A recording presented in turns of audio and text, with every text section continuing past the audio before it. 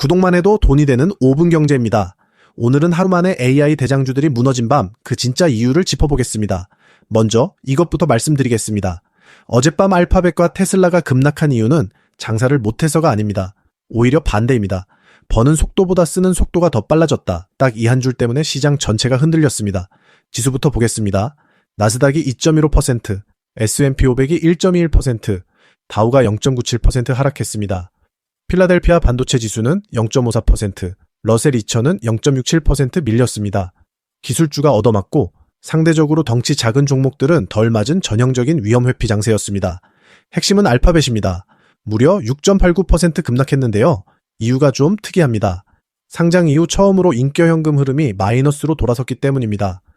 인격현금 흐름, 쉽게 말해 회사가 벌어들인 돈에서 공장 짓고 장비 사는 데 들어간 돈을 빼고 실제로 손에 남는 현금입니다. 이게 마이너스라는 건 월급은 계속 들어오는데 카드값이 그보다 더 나가고 있다는 뜻입니다. 테슬라는 더 심했습니다. 14.52%. 그러니까 하루 만에 10% 넘게 무너졌습니다. 자동차 팔아서 남기는 이익은 줄어드는데 AI와 로보택시, 휴머노이드 로봇에 돈을 계속 밀어 넣으면서 역시 현금이 마이너스로 돌아섰습니다. 여기서 시장의 질문이 바뀌었습니다. 지금까지는 누가 더 크게 투자하느냐가 관심사였습니다. 투자 규모가 클수록 주가가 올랐죠. 그런데 어젯밤을 기점으로 질문이 바뀌었습니다. 그래서 그 돈 언제 회수하실 겁니까? 이 질문 하나에 AI 투자 사이클 전체가 재평가되기 시작한 겁니다. 여기에 두 번째 악재가 겹쳤습니다. 중동입니다. 후티 반군이 홍해에서 사우디 유조선을 공격했고 트럼프 대통령은 대규모 추가 공습을 경고했습니다. 원유 공급망 불안이 커지면서 WTI가 5.77%, 브렌트유는 6.5% 뛰며 배럴당 $100를 돌파했습니다. 유가가 오르면 따라오는 게 물가입니다. 물가가 오를 것 같으면 금리가 오릅니다.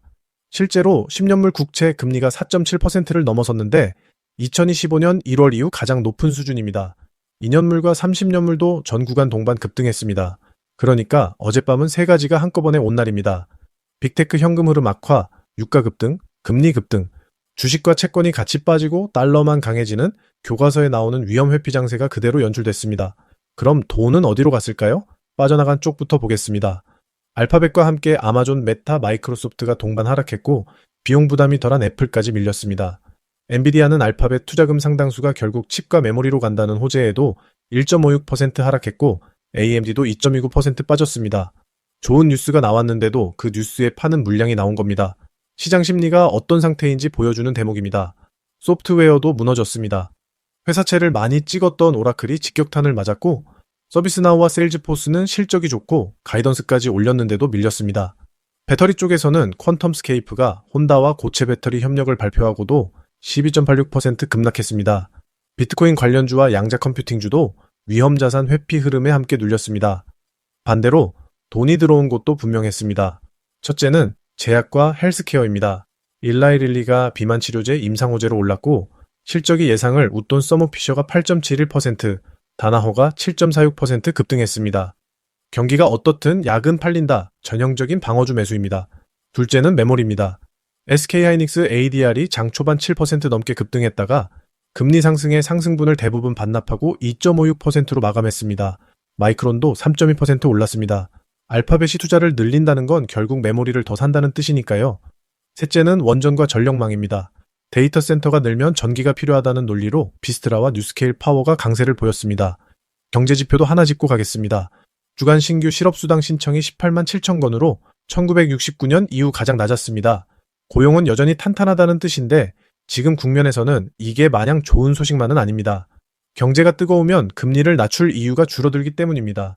한 가지 희망적인 신호도 있었습니다. 인텔이 장마감 후 데이터 센터 AI 매출 급증과 가이던스 상향을 발표하며 시간외에서 급등했습니다. AI 서버와 PC 수요 자체는 살아있다는 이야기입니다. 한국 증시 입장에서 정리해 보겠습니다. 좋은 소식은 알파벳의 투자 확대가 메모리 수요 기대를 자극한다는 점, SK하이닉스 밸류체인에는 우호적입니다. 부담스러운 소식은 엔비디아와 AMD 약세, 그리고 유가와 환율과 금리가 동시에 오른다는 점입니다. 이 세 가지는 코스피 전체의 압박으로 작용합니다. 정리하겠습니다. 어젯밤의 메시지는 명확합니다. 시장은 이제 AI 기업을 개별 실적이 아니라 투자 사이클 전체로 보기 시작했습니다. 앞으로 봐야 할 것은 두 가지입니다. 하나는 중동 상황이 유가와 금리를 더 밀어 올릴지, 다른 하나는 다음 주 나오는 메타와 마이크로소프트, 아마존 실적입니다. 이 셋이 알파벳과 같은 그림을 보여준다면 재평가는 더 이어질 수 있습니다. 방향성이 불투명한 구간입니다. 지금은 쫓아가서 사기보다 나눠서 대응하고 현금 비중을 챙기면서 변동성에 대비하는 편이 안전해 보입니다. 오늘 5분 경제였습니다.